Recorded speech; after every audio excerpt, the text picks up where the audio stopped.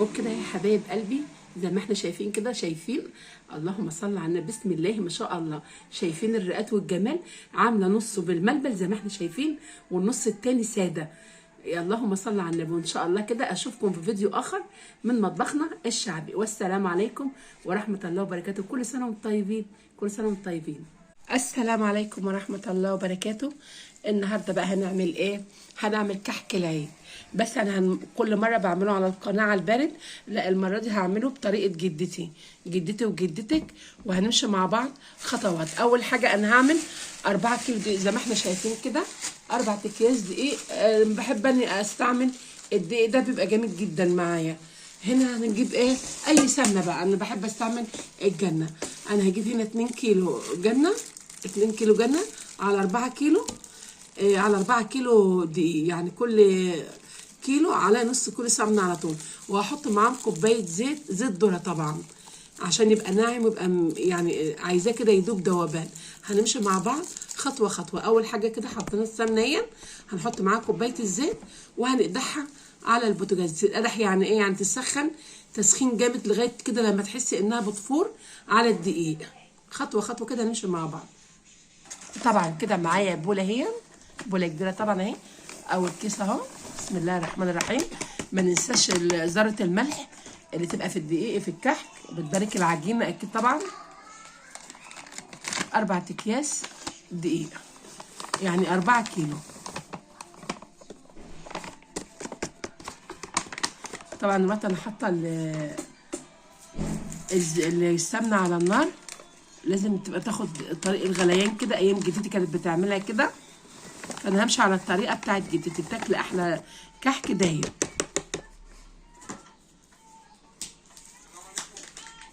في اللي هو الدقيق ده بيبقى متعدد المستخدمات، بيبقى جميل جدا، بس انا بحب استعمل الدقيق دون يعني على طول مجرباه، يعني كحك وبسكوت وقرصه، بصراحه مريحني جدا، حلو. عملنا اهو ال4 كيلو دقيق كده. التحويجه دي من عند العطار، تقولوا له انا عايزه تحويجه 4 كيلو كحك، فهيديكي التحويجه على طول 4 كيلو كحك.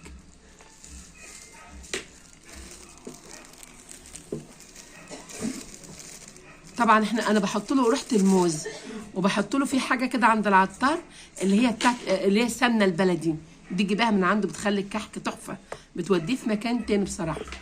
كده انا هحط له ايه؟ ازازتين هما، ومش هنحط دي كلها، هنسيب منها شويه عشان هنعمل ريحه الموز، مش هنحطها كلها. ايوه هنسيب منها شويه عشان نعمل بيها ايه؟ الحلقوم بتاعها. وهناخد هنا نص الازازه فانيليا، او 4 معالق ايه فانيليا صغيرين بس. وهنحط ايه؟ وهنقلب كله كده مع بعض كده، هنقلب ده كله كده. هنحط كيس بيكنج باودر الاول معاهم، وهنقلب ايه؟ هنحط البيكنج باودر معاهم،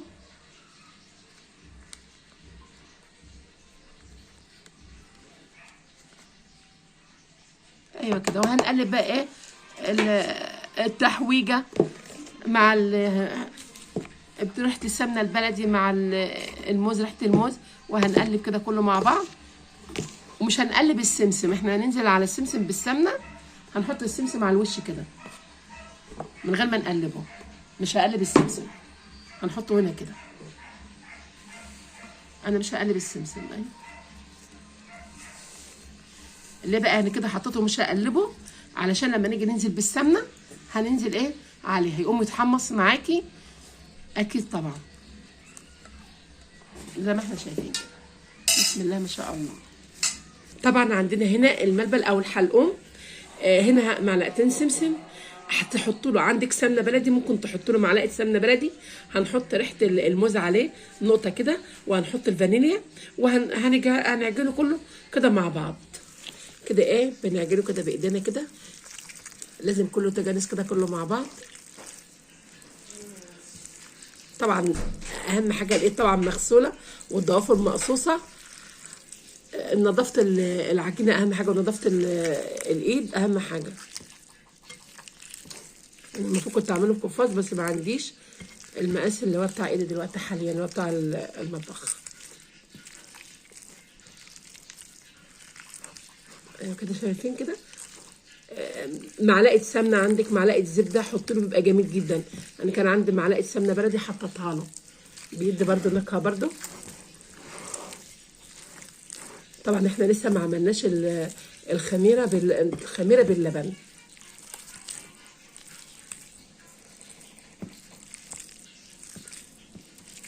بس كده. طبعا هنعمل الخميره مج سكر اهو، عايزه تطحنيه اطحنيه، يعني عايزه سكر بودره سكر عادي مفيش مشكله. وهنعمل من نفس الكوبايه، من نفس المج 3 كوبايات لبن. 3 كوبايات لبن اهو. نزلنا باول كوبايه. اللبن طبعا لازم يكون دافي، ما يكونش بارد، يكون دافي عشان الخميره. 3 كوبايات. طبعا 4 معالق خميره لكل، لان احنا عاملين 4 كيلو، لكل كيلو معلقه خميره. كده هنقلب بقى ايه الخميره مع اللبن، وهنسيبهم بتاع ربع ساعه قبل ما نعجن بس ايه العجينه، مش هنحطهم دلوقتي لما تتخمر. كده هنقلبها خالص وهنركنها. طبعا زي ما احنا شايفين كده العجينه، هنمسك حته عجينه زي ما احنا شايفين، انا عايزاها كده ايه دايبه كده، والله دايبه. فهنلمها كده بقى مع بعض اهي. وانا انا يعني جايبه نص كيلو ملبن، لان انا بحب الكحك اصلا برضو ايه، هعمل نص ساده ونص ايه بالملبن. يعني انا بحب الكحك اصلا الساده. زي ما احنا شايفين كده هنلمه كده على جنب كده اهو، وهنريح العجينه شويه. شايفين المنظر؟ بسم الله ما شاء الله. انا اولا عاملاها بسمنه الجنه، انا بحب اعمل الحلويات بتاعتي بالسمنه الجنه. بسم الله ما شاء الله عليها. كده هنغطي العجينه ونريحها شويه، وبعد كده ايه الحجم اللي انت عايزاه هنوريه لكم ان شاء الله. احنا شايفين كده، شايفين انا عايزه ابقى ايه معانا رسومات هنا، وهنعملها هنعمل بره بالشوكه ومره بالسكينه. المهم ان احنا هننوع في الرسومات بتاعتها زي ما احنا شايفين كده. قربي ايديك كده، نقرب ايدينا كده. ايوه ما احنا شايفينه كده النقشات بتاعته اهي. بسم الله ما شاء الله. دخلت الفرن، لما ادخله الفرن كده هوريهولكوا دلوقتي. زي ما عاملاه كده صغير كده، شايفين النقشه بتاعته؟ بسم الله ما شاء الله عليه. اول مره اعمله بالقدح، انا بعمله بس ما صورتوش في القناه. تملي بعمله انا بقدحه في البيت، بيبقى جميل جدا. ده طعم، والبارد ليه طعم تاني. فالقديح ده بتاع امهاتنا واجدادنا وحلاوه زمان وكحك زمان. وهوريكم دلوقتي لما يطلع من الفرن. زي ما احنا شايفين كده بسم الله ما شاء الله، ولا نفش ولا اي حاجه. نفس المقادير انت هتعمليها معايا هياها، ومش هينفش ابدا. مش هينفش معاكي. نفس المقادير انت شايفاها في الفيديو دون، اللي هو القدح اللي احنا شفناه.